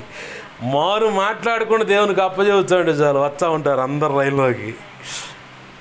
అయితే ప్రభు ఈరోజు మనతో మాట్లాడుతున్న మాట, మూర్ఖులైన ఈ తరానికి వేరే దేవుని పాదాలు పట్టుకున్న పరిస్థితులు ఎదురు వస్తూనే ఉంటాయి. కానీ దేవునికి అప్పచెప్పినప్పుడు దేవుడే తన నామాన్ని ఘనపరచుకోవటానికి నీ పక్షంగా దేవుడు కదులుతున్నాడన్న అవతల వ్యక్తులు చూపిస్తాడు. అలాగనే నిన్ను బట్టి కూడా అవతల వ్యక్తి భయాన్ని పుట్టిస్తాడు.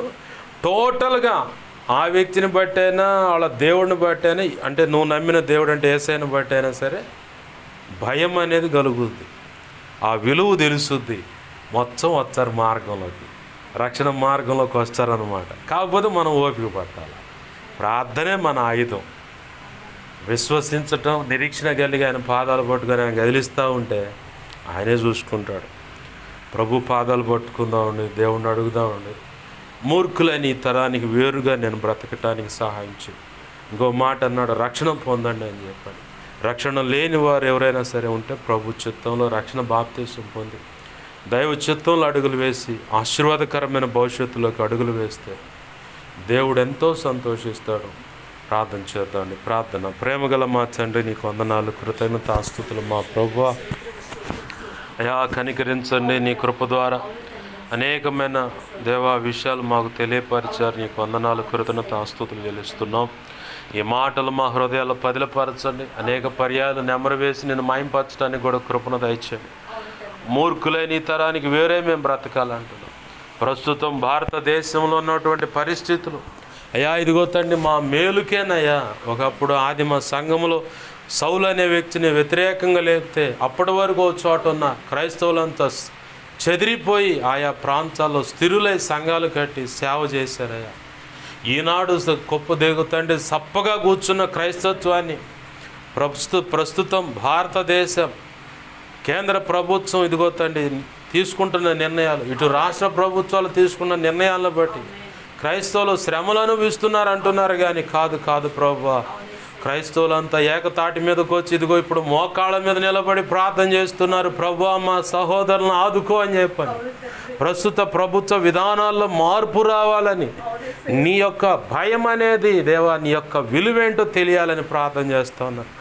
ఒకప్పుడు నువ్వు ప్రవచన రూపాన్ని అల్పుని వాడుకొని చెప్పావు ప్రభు, భారతదేశానికి యేసు ప్రభు యొక్క విలువేంటో తెలిసేలాగా, రాజకీయ నాయకులకు ప్రజలందరికీ దేవుని భయం ఏంటో తెలిసేలాగా, దేవుని పిల్లల భయము, దేవుని దాసుల భయం అంటే ఏంటో తెలిసేలాగా దేవా ఇదిగో తండ్రి నువ్వు తెలియపరుస్తానని చెప్పని నీవు సెలవిచ్చావయ్యా. నీకు వందనాలు, కృతజ్ఞతాస్తుతులు చెల్లిస్తాను. మా మంచి కాపరి నీకు వందనాలు ప్రభువా. అయా కనికరించండి. ఈరోజు క్రైస్తవుడు శ్రమలు అనుభవిస్తుంటే అది మేలేను. ప్రార్థన చేయడానికి, విజ్ఞాపన చేయడానికి, వాక్యము చదువుకోవటానికి, నిరీక్షణ, విశ్వాసం, ఓర్పు కలిగి, మెలకు, పట్టుదల కలిగి ప్రార్థించడానికి దేవా నాడు ఎర్ర సముద్రం దగ్గర ఉన్న ఇజ్రాయేలీల విషయంలో నువ్వు చెప్పావు, వీరు లోబడని వాళ్ళని ప్రజలు వీరిని నేను పరీక్షించాలన్నావు. అనేక పర్యాయాలు ఇదిగో తండ్రి దేవా ఎర్ర సముద్రం దాటటంతోనే అయ్యా నీటికాడ పరీక్షించావయ్యా. బండను చీల్చి మధురమైన జలం ఇచ్చావు ప్రభువా. అయ్యా ఇదిగో కొంత దూరం నడిచిన తర్వాత ఆహారం విషయంలో పరీక్షించావు. మన్నాను దేవదూతలు తినేటువంటి దేవా గోధుమ గింజల వలె, అయా సోపు గింజల వలె ఉన్న మన్నాను దేవా నీ ప్రియులు మా పెద్దలు తినడానికి కృపనిచ్చావయ్యా. అయ్యా పెదపు ఇదిగొద్దండి మారా అనే అనుభవం కాడ పరీక్షించావు. కొంతమంది రాజులు ఎదుట దేవా ఇదిగో వారు వ్యతిరేకంగా వచ్చిన దాని విషయంలో యుద్ధము చేసే నైపుణ్యత నేర్పడానికి అక్కడ పరీక్షించావు ప్రభు. వారి మీద వారు ఆనుకొనక పాపం ఉంటే శాపం ఎలా వస్తుందో చూయించావు దేవా. ఇదిగో తండ్రి నీకు వేరే ముట్టవద్దన్నది దేవా శాపగ్రస్తమైంది తెచ్చి పెట్టుకోవటం వల్ల ఎరికో పట్టణంలో అదిగో తండ్రి సేనారు వస్త్రం అని కొంచెం వెండి బంగారము తెచ్చి ఆకాన్ అనేవాడు ఇంట్లో పెట్టుకుంటే అతనితో పాటు అతని భార్య, పిల్లలు, పెద్దలందరినీ కూడా రాళ్లతో కొట్టి చంపబడేలాగా దైవ చిత్తానికి అడుగులు వేస్తే ఇలా ఉంటుంది శిక్ష అని చెప్పి నీ ప్రియులు నీ ప్రజలను కూడా వదిలిపెట్టలేదు. దేవుని పిల్లలకు ఎదురొచ్చి తిన్నప్పుడు అమాలేకీలు దేవా ఉట్టి పుణ్యానికే దైవ చిత్తానికి వేరుగా ఎదురొచ్చారా. ఈరోజు కూడా చాలామంది మేమున్న ప్రాంతాల్లో విగ్రహాలు ఎదుట కూర్చొని పూజలు చేస్తున్న వాళ్ళు ఉన్నారు. కొంతమంది అయితే దేవా నీ పిల్లల విషయంలో మాలధారణ చేసి మరియు దేవా అయ్యా ఇదిగో తండ్రి పూజలు చేస్తున్న వాళ్ళు, కొంతమంది చాతబళ్ళని క్షుద్ర పూజలని చేస్తాం దేవా. క్రైస్తవులు వారి భక్తి వారు చేసుకుంటా ఉంటే అలా చేసిన వాళ్ళు కొంతమంది ఇదిగో తండ్రి నాకు తెలిసిన ఒక వ్యక్తి చచ్చిపోయాడయ్యా. నీ పిల్లలకు వేరుగా ఇదిగో తండ్రి దేవా చండియాగ మహాచండియాగాలని ఇలా ఆనాడు అమాలేకులు ఎలా అయితే ఎదురొచ్చి దేవా ఇజ్రాయేలుకి ఎదురొచ్చి చంపబడ్డారు. ఆ తర్వాత ఇదిగో తండ్రి 100 సంవత్సరాల తర్వాత సౌలు అనే రాజును బట్టి దేవా పంపించి అమాలేకులు చేసింది నాకు గుర్తే. ఆనాడు ఇజ్రాయేల్ ప్రజల విషయంలో వ్యతిరేకంగా అడుగులు వేసి ఎదురుగొచ్చారు. వాళ్ళ దారిని వాళ్ళు పోతూ ఉన్నారు, నీళ్ళకు డబ్బులు ఇస్తూ ఉన్నారు, ఆహారానికి డబ్బులు ఇస్తున్నారు, కుదరదని ఎదురొచ్చి అడ్డంగిచ్చి యుద్ధం చేశారు. నాకు వేరుగా వచ్చారు కాబట్టి అమాలేకులను చంపే ఎవరిని పిల్లలను కూడా బ్రతకనిద్దు, పశువులను కూడా బ్రతకనియొద్దు అని చెప్పని ఆనాడు వాళ్ళు చేసిన పొరపాటు ఈనాడు ఇదిగో తండ్రి చాలామంది మతోన్మాదులు పిల్లలు అనేది శేషం మీద లేకుండా ఇలా చంపేయమన్నాడు మీ దేవుడు మూర్ఖుడు కాదా సైకో అని చెప్పి అంటున్నారయ్యా. అసలు వాళ్ళు ముందు ఎలా ఎదురొచ్చారన్నది పక్కన పెట్టి కావాలని బురద జల్లి వ్యవహారం చేస్తున్నారు. దయతో వారిని క్షమించండి, సరిచేయండి, రక్షించండి. నీవు అనుకున్న రీతిగా ప్రభు నీ ప్రజలుగా నీ రక్షణలోకి రావడానికి సహాయం చేయండి, లేదా వారి విఘ్నతకు వారు ఉండటానికి సహాయం చేయండి. నీ పిల్లల విషయంలో ఎటువంటి జోక్యం చేసుకోక దేవా శాపగ్రస్తులు గాక వారిదేదో వారి భక్తిలో వారు బ్రతకటానికి నడవటానికి సహాయం చేయండి ప్రభు. దేవా ఇదిగో తండ్రి మూర్ఖులని ఈ తరానికి వేరే బ్రతకమంటున్నావు, రక్షించమంటున్నావు. పరిశుద్ధాత్మ మీద ఉన్నప్పుడు నీతి, యథార్థత, పరిశుద్ధత దేవా ఇదిగో తండ్రి లేఖనానికి అనుగుణంగా ముక్కుసూటిగా ఎలా ఉంటారనే విషయం కూడా చెప్తాను. అన్ని విషయాల్లో కృపానుగ్రహించండి, నీ కార్యములు జరిగించండి, నీ చిత్తమే నెరవేర్చని, నీ నామాన్ని ఘనపరచుకోమని బతిమలాడుచు నీ వాక్యాన్ని హెచ్చించుకుంటున్నాం దేవా. నన్ను మమ్మల్ని చేతులకు అప్పచెప్పుకోండి. కలలో నిద్రలో దర్శన స్వప్నాల్లో చూపించబడ నాకు మాకు చూపించబడి సమస్త చీకటి శోధనటి ప్రభు నీ మహాపునరుద్ధాన శక్తిని బట్టి శిలువ రక్తాన్ని బట్టి బంధిస్తున్నాం, లయపరుస్తున్నాం. బంధించి లయపరిచిన కృతజ్ఞతాస్తుతులయ్యా. నాకు మాకు మా మీద ఇంకెవరికైనా కలలో నిద్రలో దర్శనం స్వప్నాల్లో చూపించబడి సమస్త మంచి కళ్ళు మంచి దర్శనం మంచి స్వప్నం నిద్రలో చూసి సమస్త మంచి యేసు నామములో ఈ మహాపునరుద్ధాన శక్తిని శిలువ రక్తాన్ని త్వరపెట్టే జరుగునుగాక, నెరవేర్చబడి త్వరపెట్టే జరిగేలా చేసి నెరవేర్చినందుకు కృతజ్ఞతాస్తుతులు మాత్రండి. దేవా మా కోసం ప్రార్థించండి అయ్యా, మా పరిస్థితులు అని మా సంఘ దైవజనుడు తెలియపరి ప్రార్థన చేయించాయని నిన్ను అడుగుతున్నాడు. మా సంఘ దైవజనుడి ద్వారా తెలియపరచని అడుగుతున్నాడు. వారందరూ అవసరత నీ కృపచేత అక్కరత యేసు నామములో తీర్చబడును కాక. నా కోసం పరిచర్య కోసం గతంలో ఇప్పుడైనా ఉపవసించి ప్రార్థిస్తున్న బిడ్డలు, వ్యక్తిగత కుటుంబ ప్రార్థనలు చేస్తున్నాను. అందరినీ కూడా దీవించండి, దర్శించండి, బలపరచండి, రక్షించండి. ఆధ్యాత్మిక భౌతిక ఆర్థిక ఆరోగ్యపరం కొలత లేకుండా దీవించి బలపరిచి అభిషేకించి నీ సేవలో గొప్పగా వాడుకోండి ప్రభువా. సహాయించండి. ఈ సమాజాన్ని దర్శించాయి, ఆత్మకార్యములు జరిగించాయా అయా. ఇదిగో ఆది సోమ మంగళవారం జరిగే పరిశుద్ధ ఆత్మదేవుని పండుగలనే ఘనంగా జరగటానికి సహాయం చేయండి అయ్యా. నీ చిత్తమే నెరవేర్చబడాలి. పుస్తక రచన విషయంలో, పాటల రచన విషయంలో సహాయించు.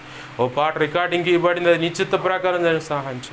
న్యూ ఇయర్ సాంగ్ రికార్డింగ్ చేయించడానికి కూడా సహాయించు. అన్ని విధాలు అన్ని విషయాలు నీవే చూడండి, సమస్తమును జరిగించి నీ నామాన్ని గొప్ప చేసుకోమని కృతజ్ఞతాస్తుతులు చెల్లిస్తూ సహకరిస్తున్న నీ కుమార్తెను బిడ్డలను ఆశీర్వదించమని, నీ ఆత్మకార్యములు జరిగించమని, నీవే తోడుని సమస్తములో దేవా నీ కృపను అనుగ్రహించమని సహాయం ఇచ్చేది. యేసయ్య ఉన్నతనంత శక్తిగల నామున అడిగి వేడుకొని ప్రార్థించి సమస్తం పొందుకో.